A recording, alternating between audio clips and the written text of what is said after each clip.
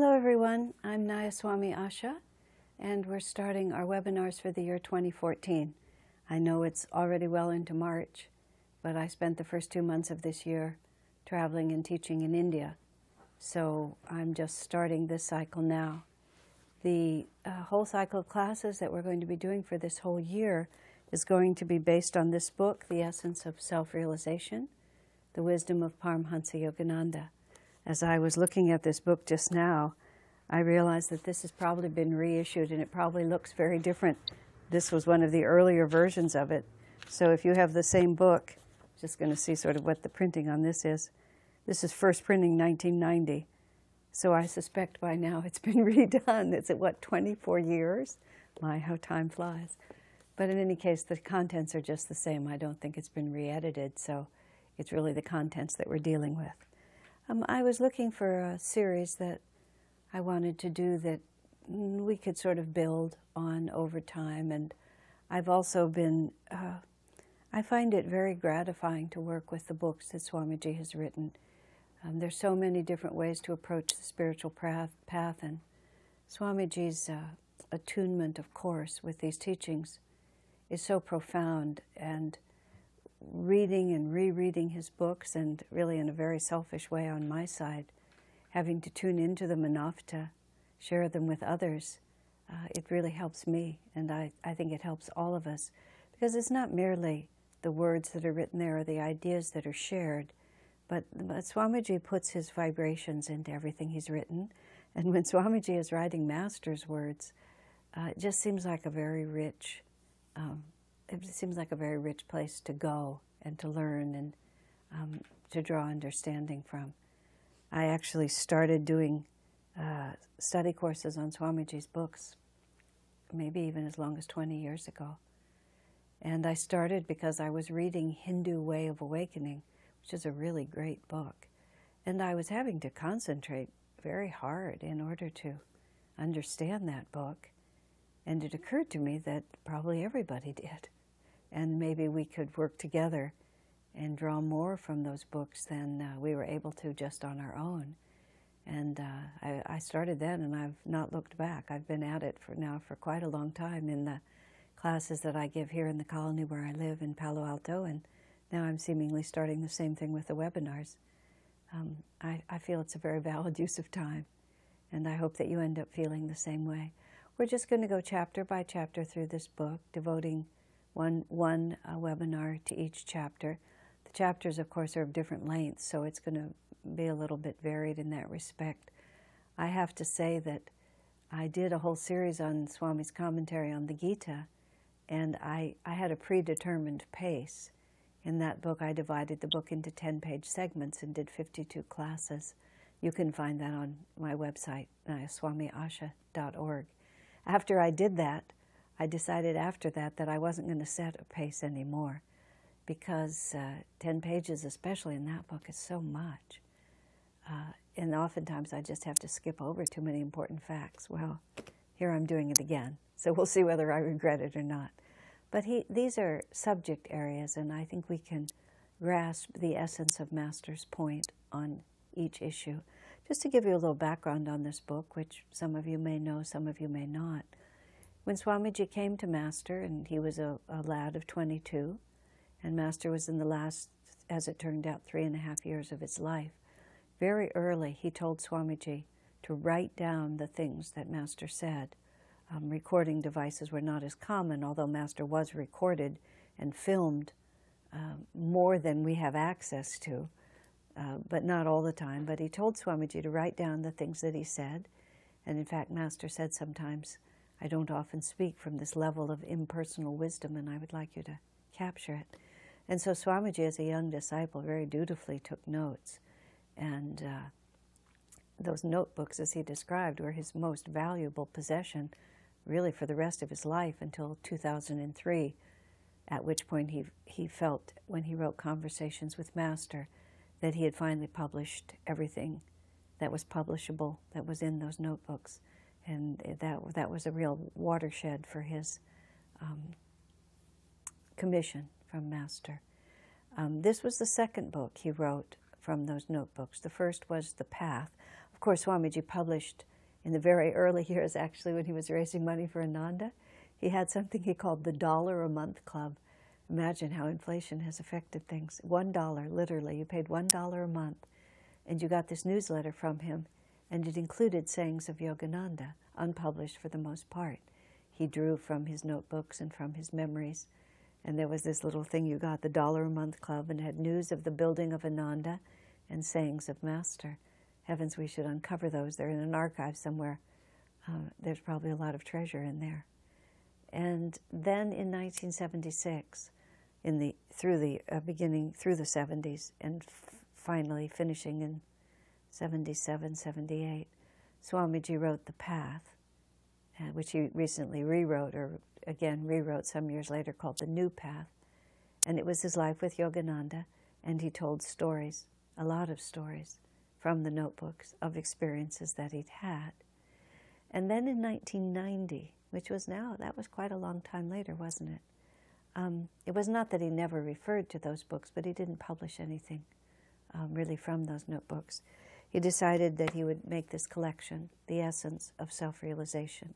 It was notable also because around the time this book was published, in fact, when this book was published at the same time, was when Self-Realization Fellowship decided enough already and tried to take legal action to prevent Swamiji and Ananda from continuing on this path of representing Yogananda and being his mouthpiece into the world.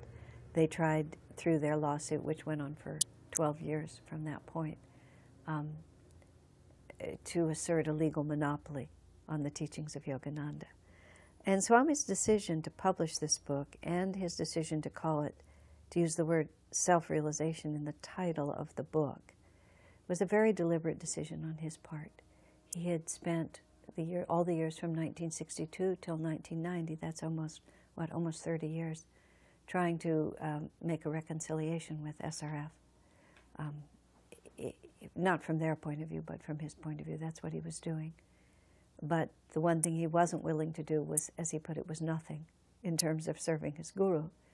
And he tried to accommodate their preferences in the way he presented Ananda and the way he carried on his work.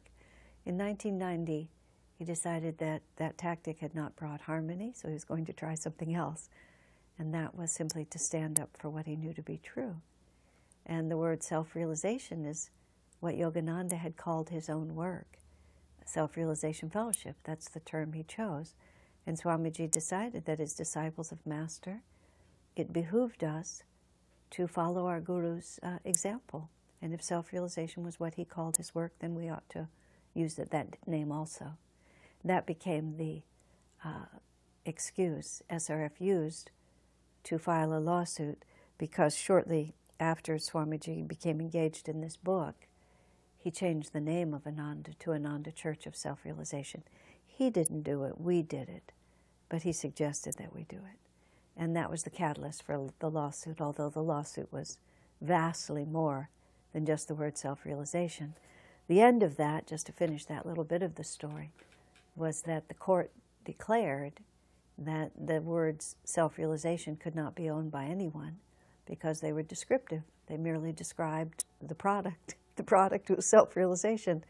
And you can't copyright something if it's just simply what you're doing. You can't copyright the word grapefruit, because everybody who sells grapefruits gets to describe their grapefruits. So the court ruled that self-realization was a generic term that described what we were doing.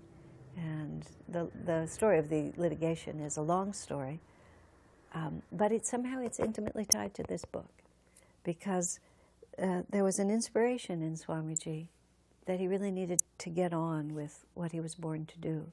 And what he was born to do was to represent Yogananda's teachings of self-realization. So he sat down and decided to publish sayings of Yogananda, unpublished sayings of Yogananda for the most part. And they were in his notebooks. But Swamiji also felt, he chose, that instead of a random collection, which is what the much later book, which was published in 2003, Conversations with Yogananda, that was a more or less random collection, because that was essentially everything that was left. But when he published The Essence of Self-Realization, he decided he would follow a structure. And if you look at the book, each of the chapters has a theme. What we're going to talk about tonight in a few minutes is the folly of materialism. The second chapter is the true purpose of life. Then it goes the dream nature of the universe, the soul and God, and so on for 20-some chapters. And each one is a grouping of unrelated comments by Master, meaning they weren't a sequence delivered all at once, that sort of fill out his point of view on that subject. Well, once Swamiji committed to this way of organizing the book, it was, of course, necessary that each chapter be substantial. And so Swamiji found that in some cases he didn't have quite enough material in the notebooks. And so he had to pray to Master to help him remember relevant sayings so that he could have what he needed. And at the time Swamiji was working on this, the exact details of why I don't really know exactly, but he had moved temporarily out of Crystal Hermitage. They were doing some kind of construction there.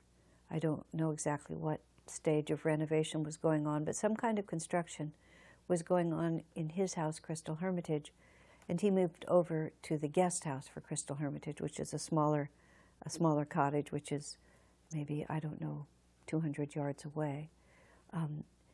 It's more isolated, especially then it was more isolated. Now there's been a little building around it. It was more isolated. It was much cozier. It was just a smaller, more contained space. And that's where he wrote this book. And another factor that was so interesting about his writing the book and writing it there was that by this point Swamiji regularly worked with a computer. And of course before then he always worked with a typewriter or an electric typewriter. And then he changed over to a word processor as soon as that was possible, he was a very early adopter. So he started in the late 70s. He had a word processing computer just practically as soon as they were available. And that was how he always worked, because the word processing system, as he put it, removed the material obstacle to creativity, because you can get your creative thoughts out so quickly and you can adjust them so quickly on that system that it's much easier to keep your energy high and connected, because the material plane doesn't weigh you down so much. When people had to write longhand with pens, as Swamiji said, they wrote in a very different style, and it wasn't always that easy to keep your inspiration, keep your energy level high all the way through that laborious process. However, when he was doing this book, he said he found that working on the computer interfered with the sensitivity of his attunement to Master, especially when he was trying to bring back to conscious recollection situations and conversations with Master that he needed for this book. And so he did it by hand. He didn't write the whole book by hand, but he attuned himself to Master and wrote down Master's sayings with a pen. And he said he became so connected to that inspiration from Master that he laughingly said he was just conversing with him. He could put himself back into the situations where he would be just sitting with Master. He could hear Master's voice. He could remember every word he said. And he would pray to Master, and he would feel Master reminding him of moments in time. And then he would be able to remember them. And sometimes he said, if he couldn't quite keep up, he would say to Master, "Could you please speak a little more slowly?" And he said Master would respond to him. So there was something really extraordinary that happened in the writing of this book. And it was after he finished writing it, Swamiji articulated this thought. He said, "My thoughts are so united with Master that I can no longer tell what is his thought and what is mine. You know, I can't tell where I end and he begins." That's really quite a statement for a disciple to make. I find it interesting also. Recently when I was in India, somebody asked me a question related to this, and it occurred to me for the first time, naively, I should have thought of it a long time ago, that, of course, the writing of this book was the catalyst for those 12 years of litigation in which Swamiji had to stand strong against the determined effort of his Guru Bhais to disqualify him and discredit him as a disciple of their Guru. And these are the very people, with whom he shared those extraordinary years of direct association with Yogananda. Those were his peers. And they, with great determination for quite a long time, really tried to pull the rug out from under him, discredit him publicly and dishearten him personally. And so Swami writing this book and coming into that very close attunement with Master, I think Swamiji knew what was coming, because he knew he knew it was time to stand up, and he knew what the consequences would be.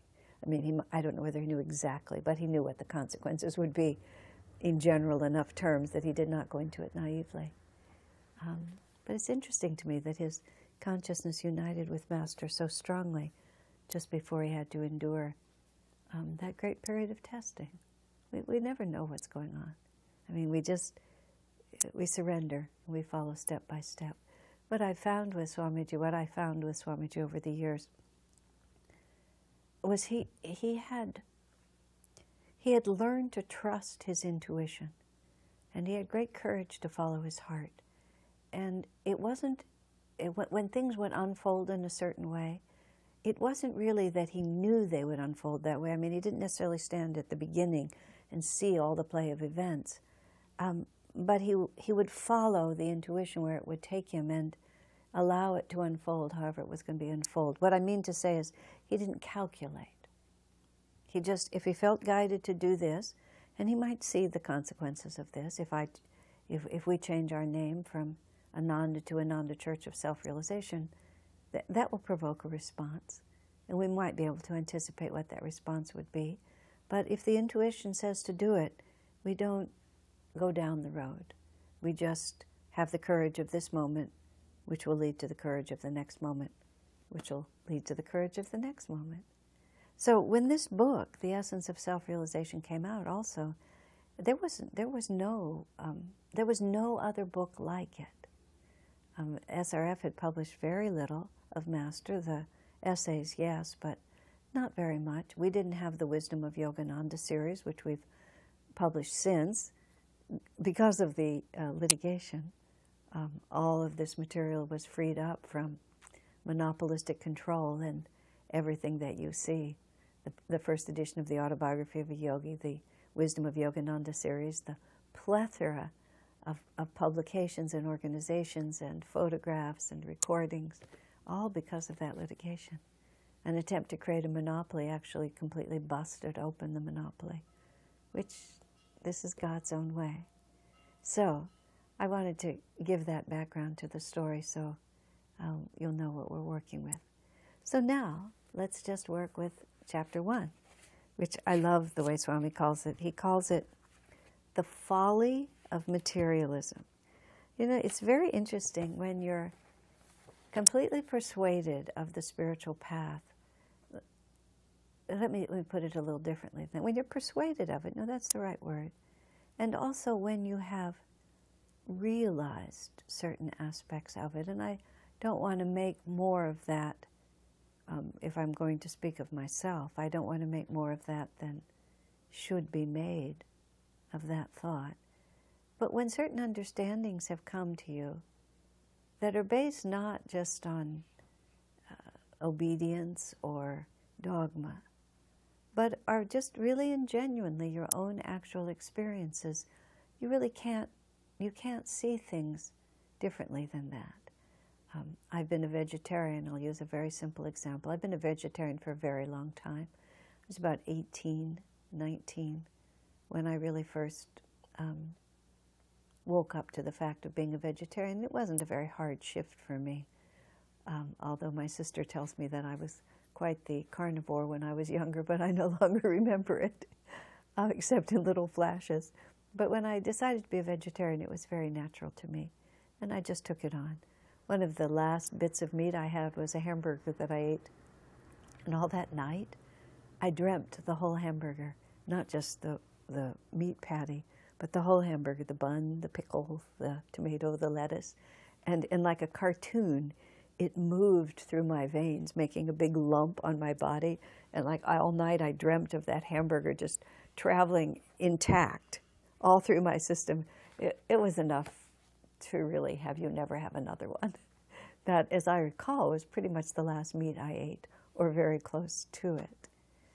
But having accepted vegetarianism, and then having lived without eating dead animals for a really, really long time, just the thought or the sight of flesh from dead animals, which nobody likes to say, but that's what it is, it's dead animals. It's just unbearable to me, the thought that I might actually put that into my mouth and eat it. You know, I'm not fanatical, but it's just very, very unpleasant. Just like, you know, you have something that's putrid, you leave rice in the refrigerator too long, and you open it and it's very stinky. You're just not inclined to eat it. It just doesn't appeal to you. And I feel that way about meat, and I joke that when I'm in a restaurant sometimes and I see people ordering, especially something that looks very meat-like, that's not hidden, big steak or one of those little chickens or something that really still looks like a chicken when they bring it to the plate, I get really embarrassed for the people who are eating it. And I get really embarrassed if their children are watching. And then I have to remind myself, you know, this is a very natural act for many people. Their perception of what is good and what is true simply includes this. And I'm not judging them. This is different than judging them. I'm talking about how completely different your perceptions can become. So much so that it's really impossible to have another set of perceptions. And that's what Swami is using when he calls this chapter the folly of materialism. And he is talking, and Master talks here, about luxury and the pursuit of money for its own sake, and having, you know, just wanting more and more. He's not talking about living comfortably, meaning with plenty to eat in a shelter that supports your way of life or shelters your family or whatever you might need. He's talking about imagining that our happiness is the result of the material things that we have. And the word that Swami uses is the folly of that thought. Folly is a very interesting word. I mean, folly is just like, well, foolish is the origin point of that probably. That it's not in your best interest. And it's transparently not going to take us anywhere. So Master starts out, the first one that Swami uses here, is he says that what is simply is. It can't be voted into existence, is how he puts it. And I was reflecting on that way of beginning, because a lot of times when a person first starts out on the spiritual path, you find yourself quite in the minority. And the point of view that you've taken up is you can't go out on the street and get a lot of people to agree with you. Your own husband, your wife, your children, your parents, they may really think that you're the one who really doesn't have your head on straight anymore. Recently I did an audio book of Swami's last book, which is called Love Perfected, Life Divine. And without going into the whole story, the heroine of the book has to go through very arduous spiritual testing in order to achieve the goal, in order to achieve perfect love. And as part of that test, there's the challenge of other people's disdain and other people's complete disbelief in what's of value to her. And I used to hear Swamiji make very broad and sweeping statements about other people's points of view, and When I was in my 20s, I used to be sincere with you, I used to find it a little off-putting. He would make these, what I would consider to be sweeping generalizations that were not very flattering about the mass of humanity. But the older I've gotten and the more experience I've had, I really do begin to appreciate. He'd just seen a lot more of the world than I had. I was living in this tiny little bubble of the Ananda community, and I thought that our point of view was common. But living as I have been now for 25 years in Silicon Valley, which is certainly a very materialistic place, no matter how you slice it, and being in lots of different crowds of people, you can feel vibrations. And I realize how very few people have uplifted thoughts. They might be kind people, they might be good people, trying to live honorable lives, creative, many, many fine qualities among the general population here. It's really a wonderful place to live. I want to be very positive about that. But very few people think of God. And very few people, well, think deeply about the consequences of what they're doing. And this is what Master begins, just by wanting us to understand. It's just a truth.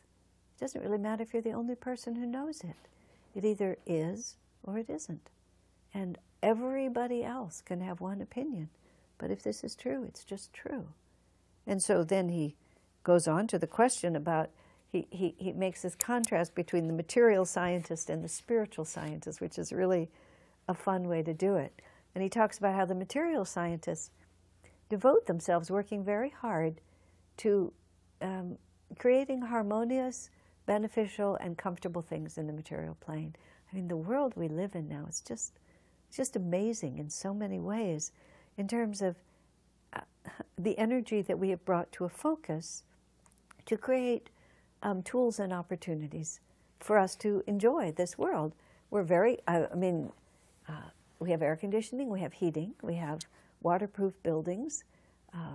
I was doing laundry today. We have washing machines, we have dryers. I mean, we just have so many things that we can do. Dishwashers, stoves that just light up without us having to go out into the woods and chop the wood and bring it all in and make the fire. We can just turn the knob and there it is. And we don't even have to haul the gas cylinders. It's all, I mean, there's just so many ways. I get into my wonderful little car. It's air conditioned inside. I can listen to Swamiji talk to me the whole time I'm in the car. I can talk on the telephone to all my friends. And this is all the result of what Master calls material scientists. And I live here in Silicon Valley, so I know a lot about material scientists. He said, now the spiritual scientist, instead of exploring the power of the material world, explores the power of the inner world, the power of the mind, the power of the soul. And he says when the spiritual scientist succeeds, he gains immunity from all inconvenience. Isn't that a lovely way to put it? From all outer inconvenience. He says, so in the end, actually, which is more valuable? To be able to manipulate the external world for your convenience and comfort, or to be able to control your inner reactions so that it makes no difference. I mean, which is the greater state of freedom? Because so much of what we call comfort is dependent on, well, forces beyond our control. So Master just asks us, he's trying to reason with us. He said, one is good, but which is better? He's not saying that we should live without one, because we all enjoy the benefits, we can respect it. But if we're going to also ask ourselves, what's most valuable for me? Do I want to devote myself to making sure that my external world is lined up just the way I want it? Or do I want to develop that freedom that makes me immune to outer inconvenience? Swami Master even uses that word, inconvenience. I mean, it's not even comfort, just mere inconvenience, just not to be inconvenienced. Just think about it for a minute, how hot-headed people, or people with no patience, or people with a very low tolerance for stress and anxiety, just how easily their inner peace can be upset. Having to wait in line too long, too many red lights, not being able to buy something that was supposed to be in the store when they went, getting the wrong product in the mail, having someone speak unkindly to you, how easily we can be upset.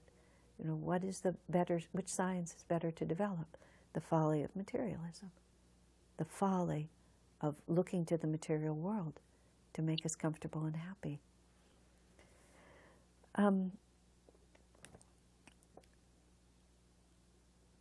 So Master then goes on to just talk about spending all our time building castles on the sand. That's not his words, but that's what it is. The acquiring and developing things that don't last. You know, again, I'll come back to vegetarianism as the example again. These are not points of view that you can persuade someone of. That's a very important aspect of self-realization. We make no effort to convert. If someone is interested, we'll converse. But we make no effort to convert, because if someone doesn't recognize these realities from their own experience, there's no way you can persuade someone. If someone is eating a steak or a little boiled chicken or whatever they're eating, and they're getting genuine enjoyment out of it, and it doesn't resonate with them that this is not really either healthy or spiritually healthy for me, no amount of someone else waving their finger at them is going to tell them. It has to be something that you yourself simply perceive and feel. So this thought of a bigger lifespan, a bigger reality than today and tomorrow, a bigger responsibility even than just this one life. I recently gave a seminar, again, in India it was. You can find all these on, if you go to my website, Nayaswami Asha, as I mentioned earlier. It was called Finding Happiness. And a lot of that, it was the one I gave in Bangalore, in case you're looking for it. I gave the same one in Gurgaon, but not in the same way. A lot of that seminar was about time and eternity and what we identify with, whether we identify with the bigger cycle of time or the little cycle of time. And afterwards, someone very thoughtfully said to me, she said, I've been thinking about the trip I'm going to take and what I have to put in my suitcases, and her grown children and what they wanted from her and what she needed to do for this and that, she said. And she's a serious devotee, but somehow this conversation struck a nerve in her.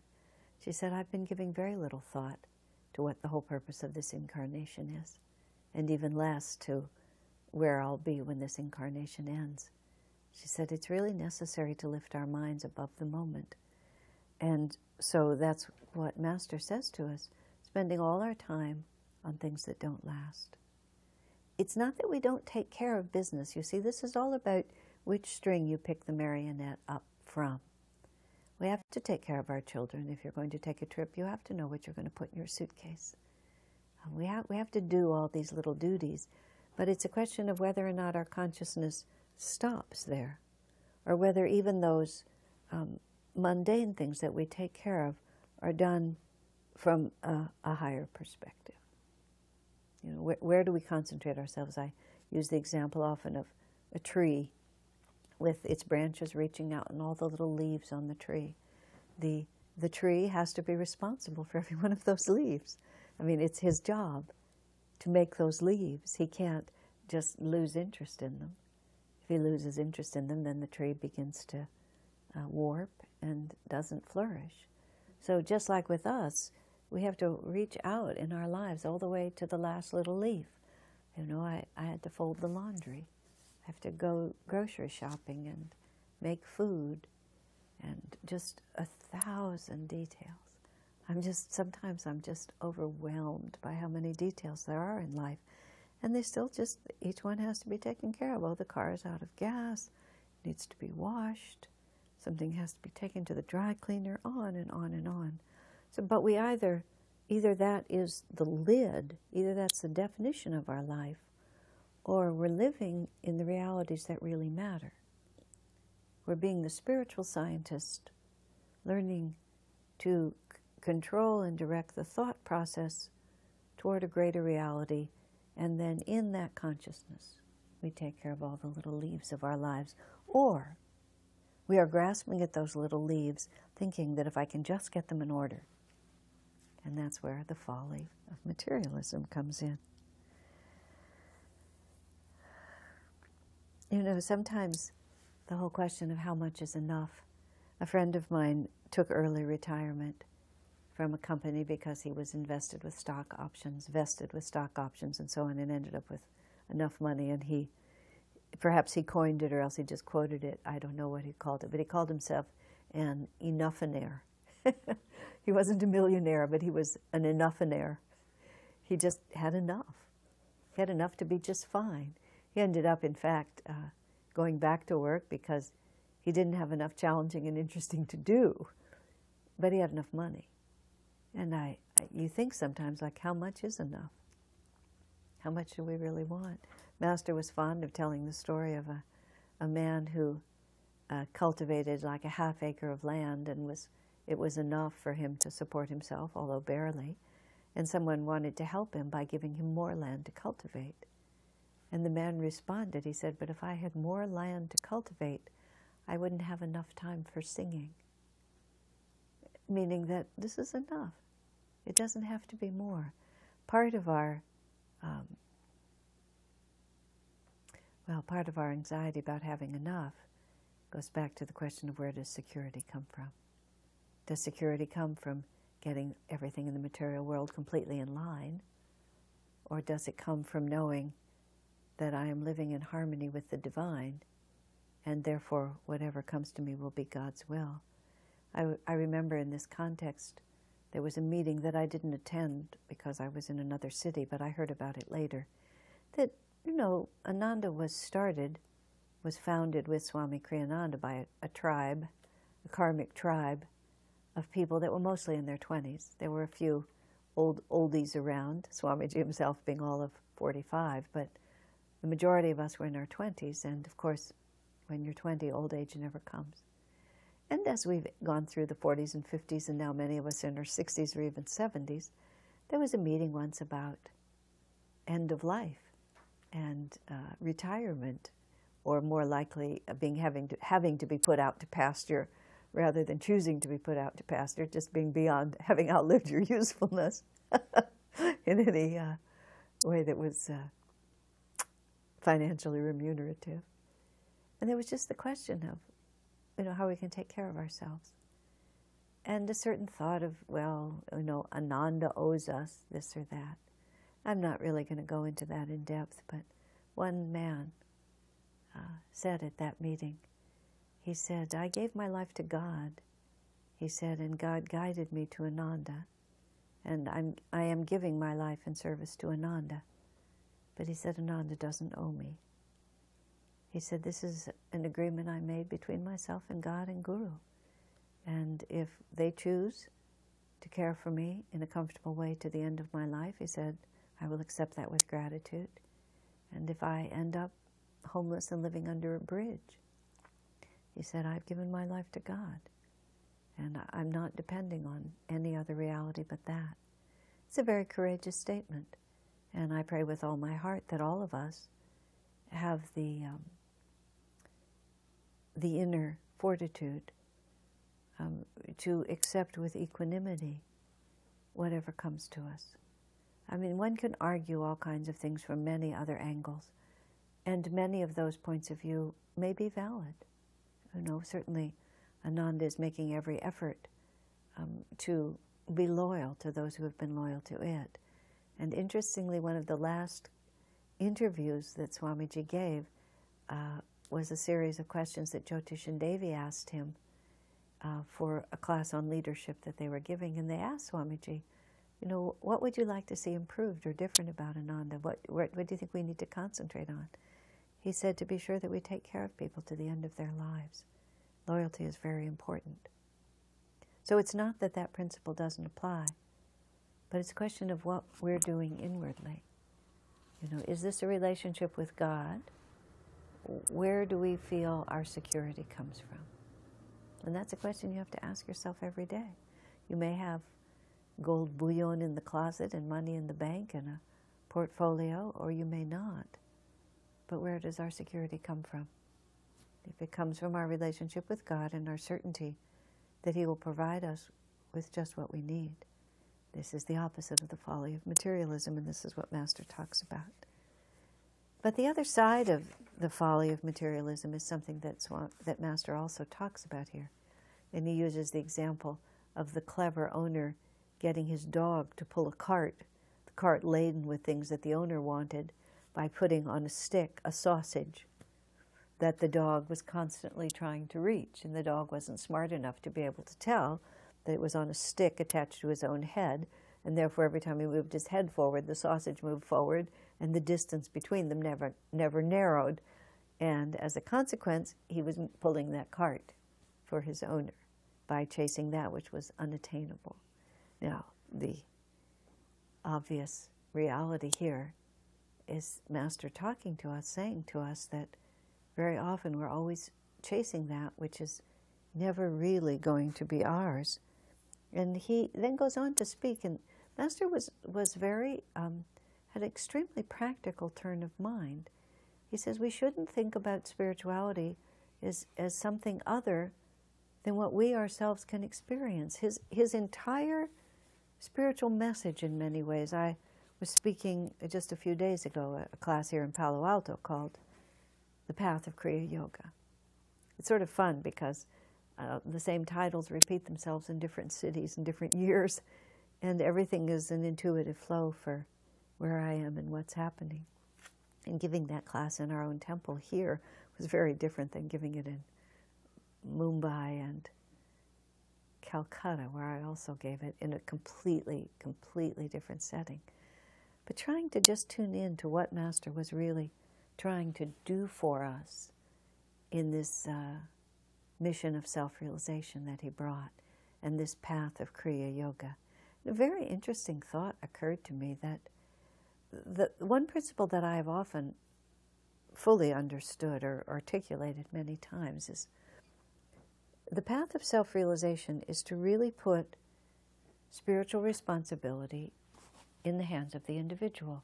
We've just come through Kali Yuga, which is the age of form, which is the age of matter, these huge cathedrals all over Europe, these big spiritual organizations, these huge wealthy entities that are involved not only in spiritual life, but in politics and in banking and in business, and just extended from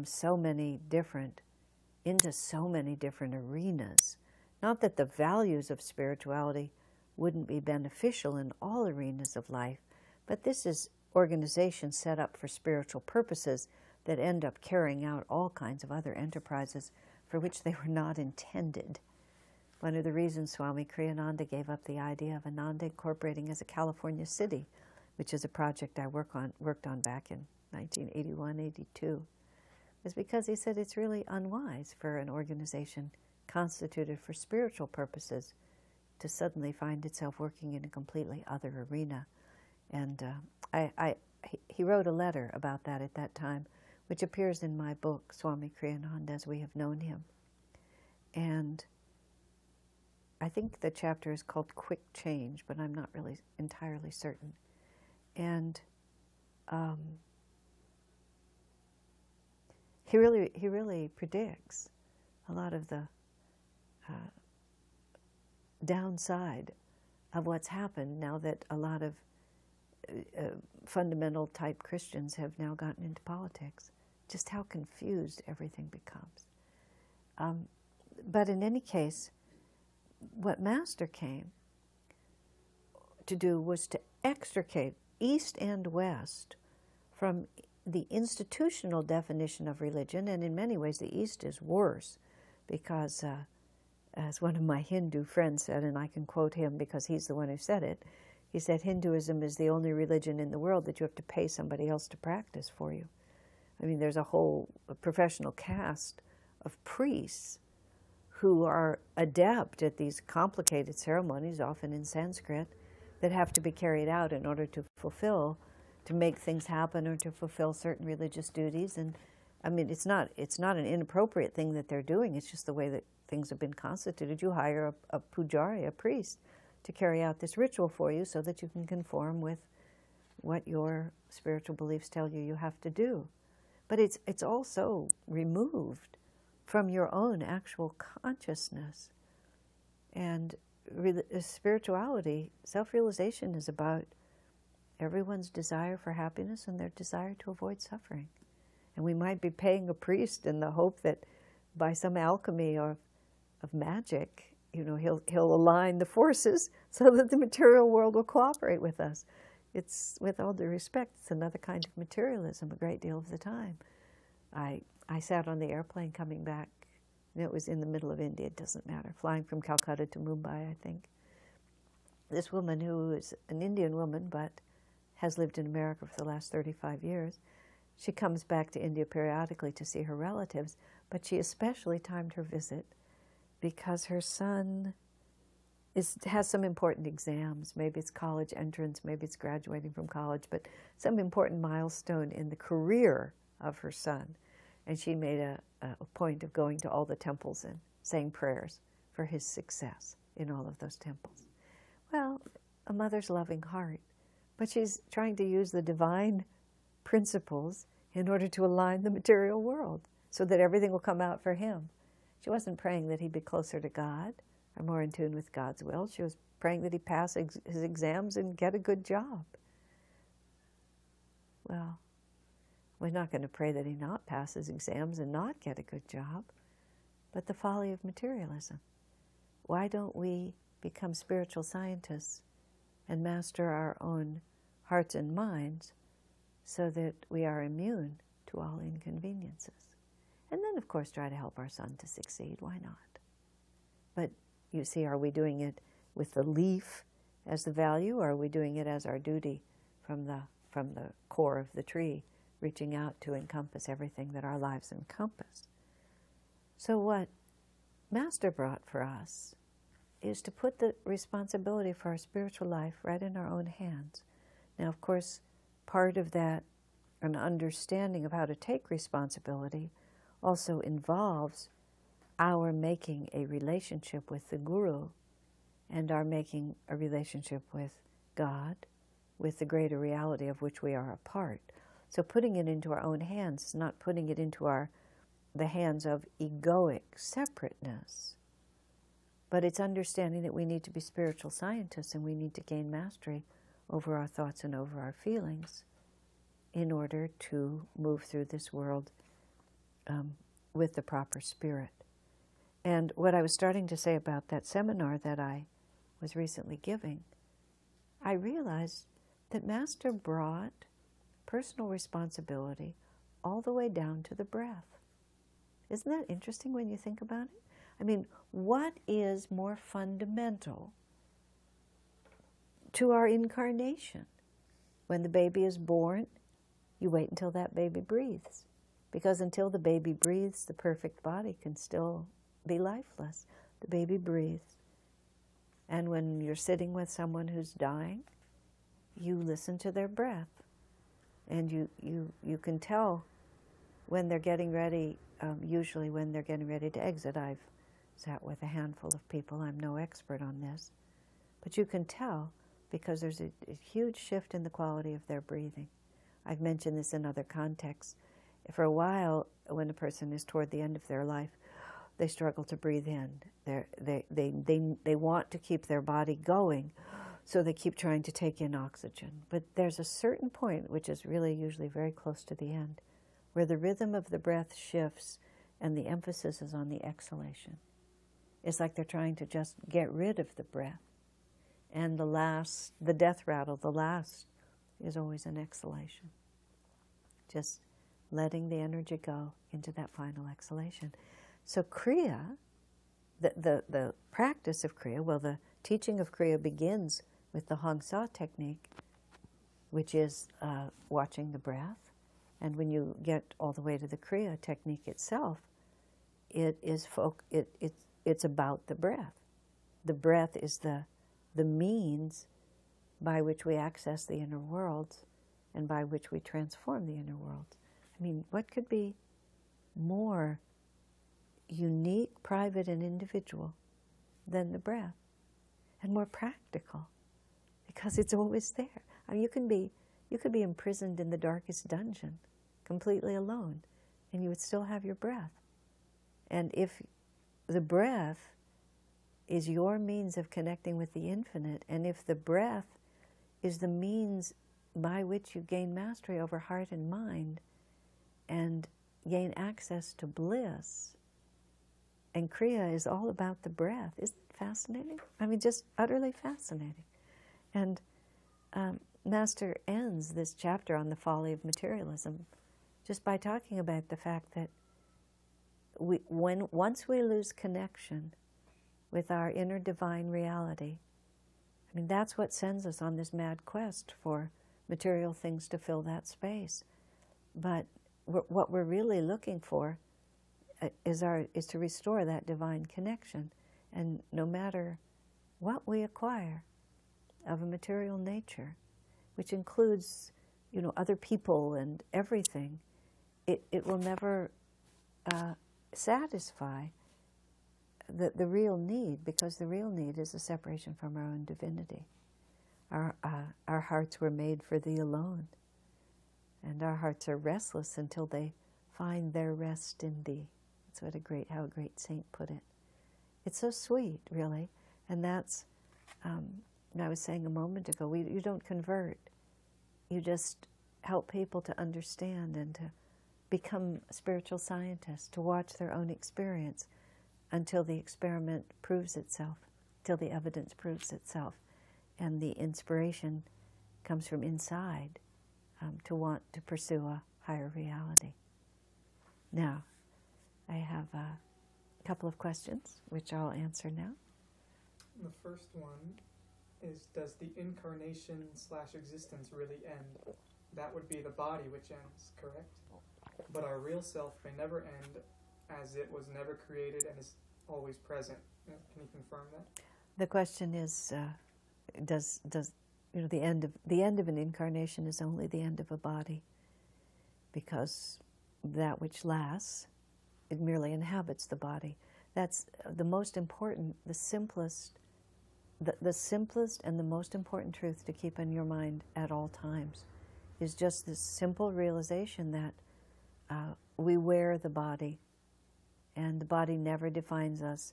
Ego, Master said, is the individual spirit. We use the word soul in English, but a better word is the Sanskrit word jiva, which means that spark of divinity.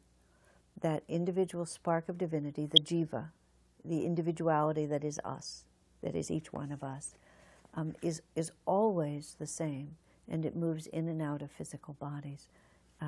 Swamiji, I remember in a particular context, it was after my mother died, actually, and we were talking, right after my mother died. I was with him when I heard that my mother had died. She'd been ill for quite some time. Her death came without much prelude, but to say it was unexpected was not exactly true. And it was a relief also, because she was struggling, and in the last few weeks before she died, her illness had taken a more unpleasant turn. So it was the grace of God that she exited her body when she did. But Swamiji, I remember, he just so emphatically, he said, nothing happens when you die. Nothing happens, because our consciousness is who we are, and our consciousness just simply continues. We take off the costume that we've been wearing for a very long time, and therefore have become quite identified with. But what goes with us is the vibration of who we are. And yes, the context is different. The astral world is freer and more beautiful. And if you are a good person and have been spiritually minded, there's a great deal of joy in completing the task and being freed from the heaviness of the material body. A friend of mine, his name is Evan Strawn. He's more than an acquaintance, but I don't know him personally that well, but I know his family. He was a very good athlete at the age of 17. He was in a motorcycle accident, and he lost the lower part of his leg. And just recently, when this is being recorded, he's become an athlete for what the Paralympics, they call it. I'm not quite sure where the words come from. But with an artificial limb, he took up snowboarding, and he won the gold medal for America in the recent event. And he's a very aware young man, very impressive young man. And he talked about when he was hit by the car and he was lying on the highway. He was on his motorcycle a block from home, and an inebriated person, I believe, or at least a careless person, crossed the center line and just shaved off his lower leg, basically. And he was just lying on the highway, just gushing blood, fully aware of the fact that this was really serious. And he was an athlete already, and like a skateboarder, and that was his profession even. And he knew that his big serious thing had happened to his means, his fundamental way of being. And but he was also very conscious, and his family had trained him from a young age. And he thought, do I die or do I go on? And then he came to the thought, well, the costume is torn. His costume is torn, but otherwise we're okay. And then he made the decision that he would go on. And he's gone on with tremendous force. Costume is torn. I love that. Costume is worn out. Yes, that's what happens when you die and nothing more. So, second question. What is the thought about Ashtavakra Gita, Vashista Yoga, and the Bhagavad Gita telling about self-realization? What did you mean when you said that that was the first book on the subject of self-realization? Oh, I certainly didn't mean it was the first book ever written. Oh, please excuse me if that's what you thought I said. No, this was Swami Kriyananda's compilation of the personal notes he'd taken of Master. And he put a lot of it into the path, and then this was the second book he put out. What I was saying actually was in 1990, when this book was first published, that's 24 years ago, you did not have nearly as much material of Yogananda's teaching as you do now. Much of the reason you have so much is because of the lawsuits and because so much was freed up. It was assumed by SRF and everyone else that they actually had legal rights to just about everything Master did. By the end of 12 years of litigation, it was proved that they actually didn't. They had legal rights to their edited versions of his writing, but not actually to his original writing. And that's why so much can be found everywhere. But when this book came out, it was a feast for devotees and those who'd read autobiography and wanted to know more about Master. But no, in fact, a good part of the litigation was to prove that self-realization was nothing that Master invented. He neither invented the term, the concept, or the teachings. He was just one exponent of a tradition that goes back beyond time, beyond what we can measure. And that Master himself, being conscious of that fact, called his technique Kriya, which is also a generic term that many people used, and he called his teaching self-realization, which is a generic term that many people use. Far from wanting to say, I've made something nobody else has made, he wanted to say just the opposite. This is an ancient tradition, and I'm just one more wave on this great ocean of understanding. When Swami Kriyananda asked him directly, is what you brought a new religion? Yogananda answered perfectly by saying, it's a new expression, because it is re-articulated for the times that we live in. He modernized it, he simplified it, he made it very practical. He answered the needs of the time. Kali Yuga needed more form, more institution, more lines of authority, more hierarchy. Dwapara Yuga just needs the experience, the energy, the consciousness. That's why Master brought it all the way down to breath.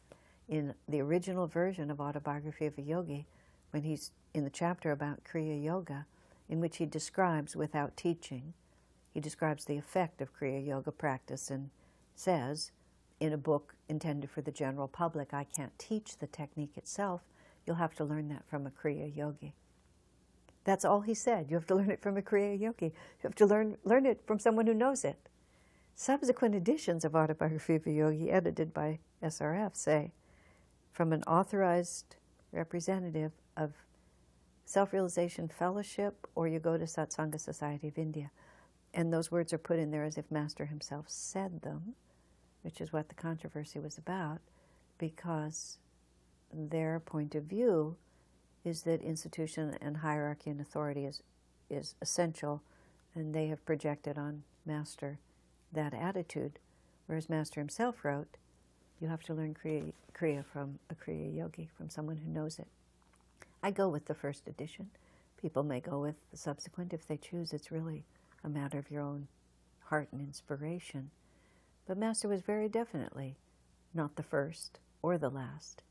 He was one in a never-ending series of divine gifts that God sends in response to the call of aspiring love that devotees offer. God responds. A prayer of love went up from earth and you responded. As we say, a ray of your light flashed out from the heart of infinity, burst downward through night skies of consciousness, and was born on earth for the redemption of mankind in human form. Many times has that light descended, drawn to earth by the call of aspiring love. And that's the spirit of Master and of Ananda, of Swamiji, and of self-realization. God bless you.